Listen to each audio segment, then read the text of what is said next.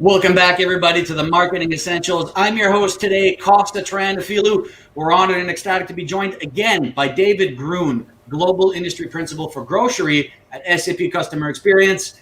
David, first and foremost, I want to say, how's everything faring for you down in Texas, given everything that happened last week? Is everyone safe?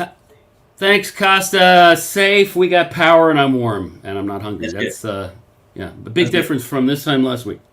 Well, last time we were talking last year, you were telling me how hot it was in Texas, and all of a sudden, this massive temperature shift in the last couple of weeks, and we're praying for everybody in Texas and hoping that everyone's doing okay. We had a fantastic conversation last year. Obviously, grocery is a burning topic for everybody. Last year, 2020, an increase in almost 40% in online sales for grocers. That's a massive shift. Something's obviously happened. But we're starting to see that maybe not everybody's on board yet with this storm that's been brewing. To start off, I kind of wanted to talk to you about this perfect storm that we do see brewing currently in grocery, and what are these components that are coming up to make this? Yeah, there is a perfect storm brewing here, and I mean, there's really three fronts if you want to keep the weather theme here. There's three fronts that are converging that are creating this perfect storm, and one of them clearly was driven last year by the pandemic. But well, real quick, the fronts are a rapidly expanding base of digitally mature and now a growing number of digitally native customers in retail that are consuming and assimilating emerging technologies pretty much faster than we've ever seen. And it's that's not necessarily new. The difference is, like I said, you've got a lot more digitally native customers that are part of this mix now, and you've got an expanding base driven by the second front of digitally immature customers that likely never would have shopped online, especially for groceries, and now they are.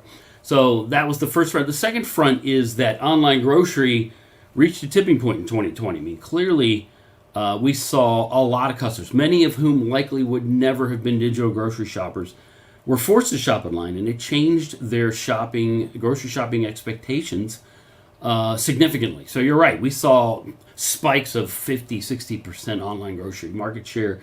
That's come down to levels that we would have predicted would have happened at some point. So there was a stickiness, but that has changed the mix. So you've got this online grocery market share penetration that has just exploded, driven primarily by that pandemic.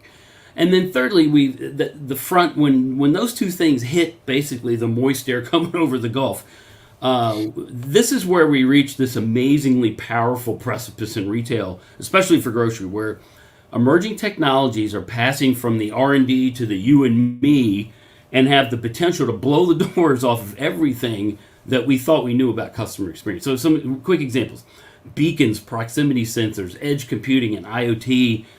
That's this real-time infrastructure that's now possible, that's going to grease the skids for what we're predicting are going to be crucial things like immersive adaptive experiences and contextual personal promotions. 5G is going to be the conduit for that. You got cognitive computing, AI and ML, that's going to play an excellent role in assistants and virtual advisors. You've got machine learning and face recognition that will start to sense your mood and give you contextual, real-time help based on what it senses you're going through. Blended reality clearly with virtual and augmented reality. Sensor fusion and customer data platforms that will combine not just the information on customers that grocers have, but all the information that these digitally expanding customers are just spewing into this digital realm across so many channels: Instagram, Pinterest, Facebook. I mean, all that stuff needs to come together, and now retailers have access to it. And then the real-time edge analytics, the camera and video analytics, all these things are going to provide this explosive opportunity to build a relationship with the customer like we've never seen before. So the end game here is that this potential to build and harness real-time, hyper-personalized relationships with customers through immersive, predictive, and adaptive customer experiences. The end game is creating that loyal and valuable customer for life. I think the question retailers need to ask themselves is, with this perfect storm, are they going to hunker down into survival mode, or are they going to become storm chasers? That leads me to, I think, a perfect question, right? So I'm not sure if everybody here listening or watching knows, but when a cold front hits a hot front, you typically get a cyclone, you get a hurricane, you get a massive storm. And when that Tornado. happens, or a tornado, right? Or when that A happens, force of nature. people start to adapt. People start to board up their windows. Maybe people will move inland if there's a hurricane coming close to the coast. It's a similar situation here for grocers, right? Grocers have to adapt to this perfect storm. They need to start boarding up their windows. They need to start figuring out what they're going to do. Why is it so important that they do this in 2021? Well, you bring up a great point. You and I both live in Tornado Alley. I mean, first time I ever experienced a tornado. Hurricane, I've heard people say with hurricanes, I weathered it, I'll never do that again. With tornadoes, if you play chicken with a tornado, the thing you'll hear is nothing because they weathered it and didn't survive. Here's the thing about retail that I love. I've been in retail almost 30 years, and the only thing that's been consistent during that time is the volatility and certainty of change. So you become addicted to change, and you harness it, or you don't survive. That's really kind of where we are. So, grocery, interestingly enough, was one of the last retail segments to embrace this digital channel. They clearly were pulling up the rear there. I called it dodging their digital destiny. So going into 2020, we knew the change was imminent. The experts were predicting that online grocery would grow from its current state of about 2 to 3% to a more respectable 20 to 25% by 2025-ish, right? And so it's been a conundrum for grocers because it was easy for them to kind of delay this shift because at 2 to 3%, online grocery transactions aren't profitable, right? They were losing money in every transaction. A 25% online share made the necessary adjustments easier to discuss and justify with senior executives. And so I began to see an uptick in discussions and interest in digital transformation from grocers, albeit begrudgingly, as we enter 2020. The pandemic, though, changed everything. Grocers thought they had 5 or 6 years to ease into this digital world, and they genuinely sought, I think, to be omni-channel retailers. But we passed the 2020 double-digit grocery target of 25% in March of 2020. So I've heard it said that grocers, pretty much all retailers, but most certainly grocers, COVID-19 shrunk 10 years of transformational and technological growth into 1 year, basically. The other element to consider here is the impact that 2020 had on the shopper, the grocery shopper, which was significant. So we mentioned digitally mature native grocery shoppers. Just because they're digitally mature doesn't mean they were shopping for groceries online, but many did for the first time, and they liked it. That's pretty cool. I was going to get there eventually. And at a minimum, it helped them see for the first time their rapidly expanding options. Great for them, not so great for the grocers. More importantly, the large numbers of digitally immature shoppers, these 55 plus demographic, who likely never would have shopped online. And I mean, I include some people like my brother, who's 45. He was poo-pooing online. Never happened. Guess what? They all went online because they were forced to. So we've got these customers, and a lot of them comprise the bulk of most grocers, especially regional grocers. That's their loyalty base. The people who they live in the store, and much of that loyalty is driven by customer in-store experiences. It makes sense, right? These customers have expanded their paradigms now. However, they see that they've got more options. They may not, go 50%, but even if they're going 20%, that's an exposure point for grocers to their loyalty programs. And so I'm encouraging grocers to reassess and then to seek and protect these relationships, especially if it's a key component of their differentiation strategies. And then finally, we don't have the time to really go into this in any depth because it's outside the scope of this discussion, but the impact of these fulfillment intermediaries or Instacarts is huge. Huge on the shopper, huge on the in-store experience, and huge to the grocer. I mean, Instacart hired 300,000 people in their fleet to try and keep up with demand for online grocery shopping. And so suffice it to say, and this is a whole nother webinar, but suffice it to say that Instacart would like nothing more than to reduce every grocer to their online fulfillment center network. I mean, that's their goal. So tremendous amount of change in 2020. And again, are you going to take advantage of it and become a storm chaser, or are you going to hunker down and just try and survive? It's hard to survive in it with a tornado. It's very impossible to decide. I mean, if you're in the middle of the tornado, good luck is what I'm going to say to most individuals that are stuck in it, because they definitely are a force to reckon with. A power that, if you've never seen a tornado in real life, they truly can wreak havoc on Well, anything. and they're unpredictable. And again, that's why this is this perfect storm. It's unpredictable, and you can't ignore it. But there are, even in tornadoes, there's opportunities. I mean, as strange as it sounds, I've seen things improve after tornadoes. But most certainly, you don't want to ignore them and just assume they're not going to impact you. Mm-hmm. So let's take a look at a real life example. I myself just last year made my first online order with Instacart. An example, or a brand that you just mentioned yourself. It had its pros and cons. Some things went well, some things didn't go very well. It was a new experience for me. It was fairly simple to make the order, but I didn't receive half the things that I had actually gone ahead and requested, or they made recommendations of other products that were not even remotely related to what I was purchasing. Now, that wasn't necessarily an issue from Instacart. That was probably more the person that was doing the shopping. But there's a lot of things that have changed. There's a lot of technology involvement and pieces that are needed to kind of deliver this. You made some fantastic examples earlier around AI, CDPs, leveraging customer data. What are these core elements, though, that grocers really need in this mix to survive, get through this perfect storm into 2021 and build those deep customer relationships? Well, I think you brought up an excellent point. I mean, if nothing else, this massive forced push into online grocery shopping put an electron microscope on every grocer's digital strategy and their digital infrastructure. And so, even if you thought you had things under control, you found out where the warts and the issues were. Unfortunately, a lot of grocers realized, holy moly, we can't dodge I can't play chicken with this digital destiny. I've got to really hunker down and figure out, how to become a digitally mature grocer.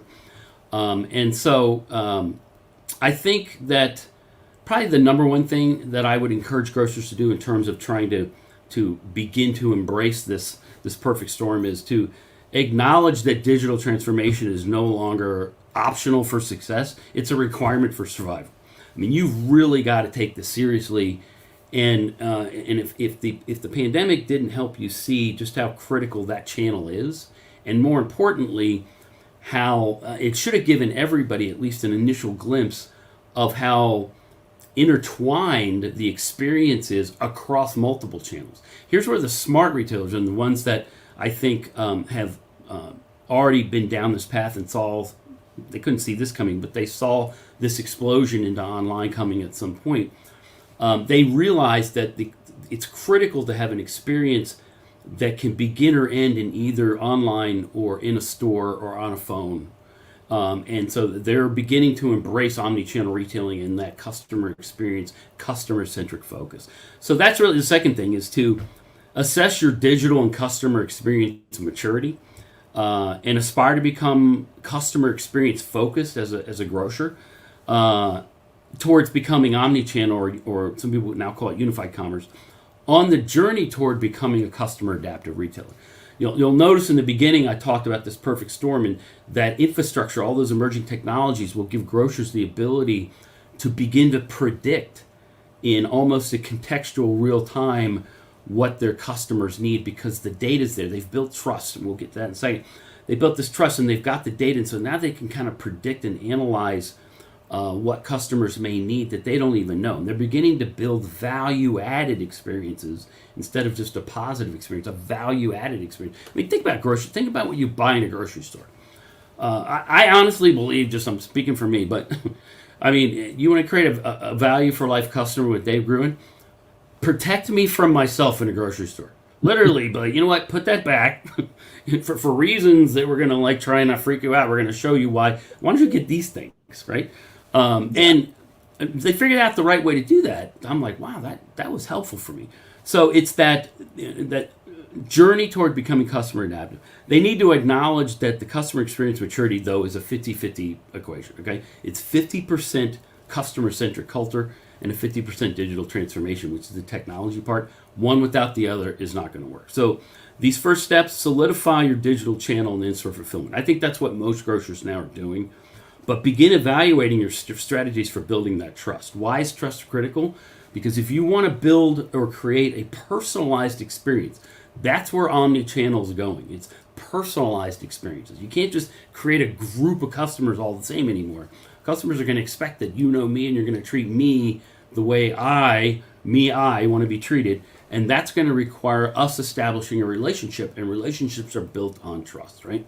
So begin to figure out how you weave that into your digital transformation strategy. And then you can't forget about the fact that the back end's still critical, right? There's got a lot of grocers with a lot of legacy. I mean, the COBOL guys are retiring or they're gone. So we got to get this ball rolling towards the digital future, because the back end functions, you talk about some of your disappointments in online shopping. Part of that's being driven by the fact that they didn't really know what they had in the store. They wanted to sell you everything you wanted. You wanted everything you ordered. They didn't know they had it. So when the fulfillment guys go into the store, they're like, we don't have this, right? So realize that, I call it, you want me to give you the sexiest online experience possible, but which is like putting the 4-ton jacuzzi on the second floor of the house. But have you seen the cracks in this foundation? Because if you don't know where your inventory is, you're creating customer experience disaster. So we got to keep that in mind in the big picture. It's a big picture. Don't get myopically focused on the channel called digital, right? It's about the whole experience. And then finally, find some help, right? Customer experience is maturity. It's not a solution. It's not a combination of solutions. It's a journey, right? You need to surround yourselves with partners, and trusted partners that not only understand this journey, but they're helping to define it, because it's still being defined, and it will continue to be defined because it's changing that quickly. It's like, where's that tornado going? I got Doppler, but so you're going to need some help. These partners literally are woven into your culture to where they become part of, or an extension of your company, basically. And part of their value add is they're helping to define what's happening here, so that you can focus as a grocer on how do I differentiate my customer experiences and leverage the infrastructure that this partner is helping me to build in a digitally rich environment. How do I leverage that but not have to worry about maintaining it or figuring out what's coming next, what's the next hot buzz thing I got to plug in? I want to focus on how I harness it when I need to harness it to differentiate myself by becoming a customer adaptive retailer that's predicting and creating value add experiences for their customers. Mm-hmm. David, some fantastic points there. We're unfortunately out of time for today's episode, but we do want you back so that we can actually deep dive into everything that you were just talking about. And you definitely got me thinking about my trips to the grocery store. Mm-hmm. And I'll be honest in saying that I always go to the chocolate and chip aisle first. I'm sure some others definitely go to the produce section. Virtual agent. Once again, everyone, David Gruen, Global Industry Principal for Grocery at SAP Customer Experience. Again, David, thank you for joining us today. That's a blast. Thanks. Everyone, thank you for joining us. Stay tuned for March 11th as we bring in a special guest host, Christelle Delaporte, Head of Product Marketing for Emersys, as she interviews Melissa Sargent, CMO at Litmus. It's going to be a fantastic episode as we dive into the email personalization mix. Thank you, everyone, for joining, and enjoy the rest of your day. Thanks.